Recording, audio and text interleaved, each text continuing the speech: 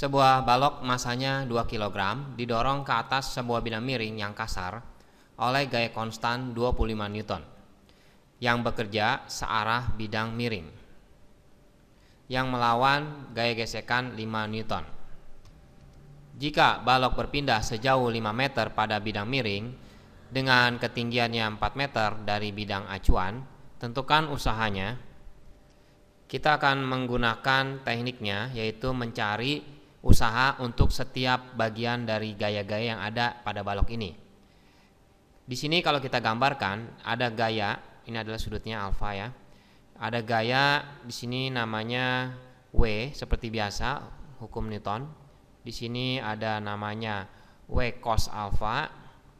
Di sini ada yang namanya W sin alfa. Dan jangan lupa karena dia ada gesekan, berarti ada gesekannya yang arahnya berlawanan dengan arah gerakan, yaitu F. Nah, sekarang kita hitung satu persatu. Oh ya, di sini ada gaya normal yang belum ditulis ya, arahnya ke atas, tegak lurus dengan permukaan bidang. Kemudian kita cari usahanya yang pertama, yaitu untuk usaha untuk F, yaitu gaya di sini. Nah, rumusnya yang kita pakai adalah F dikali S ya. Dan karena kita lagi menghitung usaha pada gaya F di sini, gaya F ini dikasih tahu dari soal yaitu dengan gaya konstan 25 Newton dikalikan dengan perpindahannya yaitu sejauh 5 meter. Kita masukkan 5. 125 Joule untuk usaha dari gaya F. Kemudian kita hitung untuk gaya normal. Rumusnya sama, F kali S juga. Cuma di sini yang perlu diperhatikan, arah geraknya suatu benda itu ke atas, pergerakannya ke atas, dan gaya normalnya yaitu ke sana gitu ya, gaya normalnya. Berarti ini adalah pergerakan bendanya yaitu ke kanan atas sono, dan ini gaya normalnya. Sudutnya berarti dengan arah perpindahan bendanya yaitu 90 derajat. Makanya kita memasukkan F kali S dikali cosnya cos 90 derajat. Cos 90 derajat itu 0, berarti 0 dikali berapapun ya pasti hasilnya 0. Jadi usaha untuk gaya normal adalah 0. Nah, kita coba lagi misalnya usaha untuk gaya gesek, yaitu F, rumusnya sama, F dikali S. Kita perhatikan di sini, kalau misalkan gerakannya ke sana ya, gerakannya sesuai dengan permukaan bidang miring ini, perpindahan bendanya, tetapi gaya geseknya ke sana, F-nya. Nah, berarti sudut yang dibentuk antara gaya gesek dengan perpindahannya sebesar 180 derajat. Nah, berarti kita nulisnya di sini dikali cosnya cos 180 derajat. Jadi F dikali S dikali cos 180 itu min 1. Makanya gaya gesek itu usahanya dia bernilai minus karena dia berlawanan dengan arah bendanya, pergerakan bendanya. Gaya geseknya dikasih tahu 5 Newton, perpindahannya 5 meter dikali min 1, jadi sama dengan minus 25 Joule. Untuk yang F, yang tadi kita belum bahas, yang F, arah geraknya ke sana ya, tapi F juga arah geraknya ke sana gitu. Jadi dia tidak membentuk sudut, jadi makanya dia cosnya di sini sebenarnya kalau mau ditulis adalah cosnya cos 0. Cos 0 di sini yaitu nilainya 1, jadi makanya sama aja F kali S gitu ya. Sekarang kita coba lagi gayanya, yaitu di sini ada gaya W ya.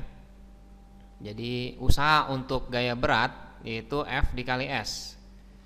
Di sini yang kita lihat komponen ini kita anggap ini nggak ada dulu ya, W sin alfa sama W cos alfa. Jadi kita lagi melihat gaya berat pada saat sebelum komponen-komponennya dijabarkan. Jadi belum ada W cos sama W sin. Arah geraknya ke sana dan W itu kan ke sini, ke bawah. Nah, sudut yang dibentuk dengan arah geraknya ini yaitu ini. Gimana cara menghitung sudutnya? Kita buat garis ini.